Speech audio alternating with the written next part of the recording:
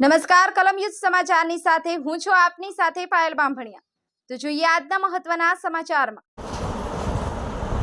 સાણંદ તાલુકાના અણિયાળી ગામે ફૂડ પોઈઝનિંગની ઘટના સામે આવી છે, જેમાં 50થી વધુ લોકોને ખોરાકમાં ઝેરની અસર। ફેરિયાવાળા પાસેથી ખમણ ખાધા બાદ ઝાડા ઉલટીની ફરિયાદ। સાણંદ સરકારી હોસ્પિટલ ઉપરાંત અલગ અલગ હોસ્પિટલોમાં મરીઝોને ખસેડાયા।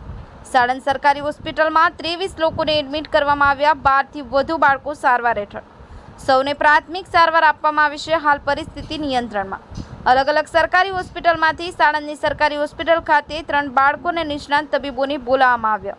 હોસ્પિટલના તમામ સ્ટાફને ખડેપગે રાખવા સૂચના અપાઈ। તમામ મરીઝોને પ્રાથમિક સારવાર આપવામાં આવી છે। સૌની હાલત સ્થિર। સુપ્રિન્ટેન્ડન્ટ સાણંદ સરકારી હોસ્પિટલ। કેમેરામેન અફજલ ખાન પઠાણ સાથે સંવાદદાતા બેલોલ મલેક, કલમ યુદ્ધ સમાચાર, રમેશ સત્યની સાથે।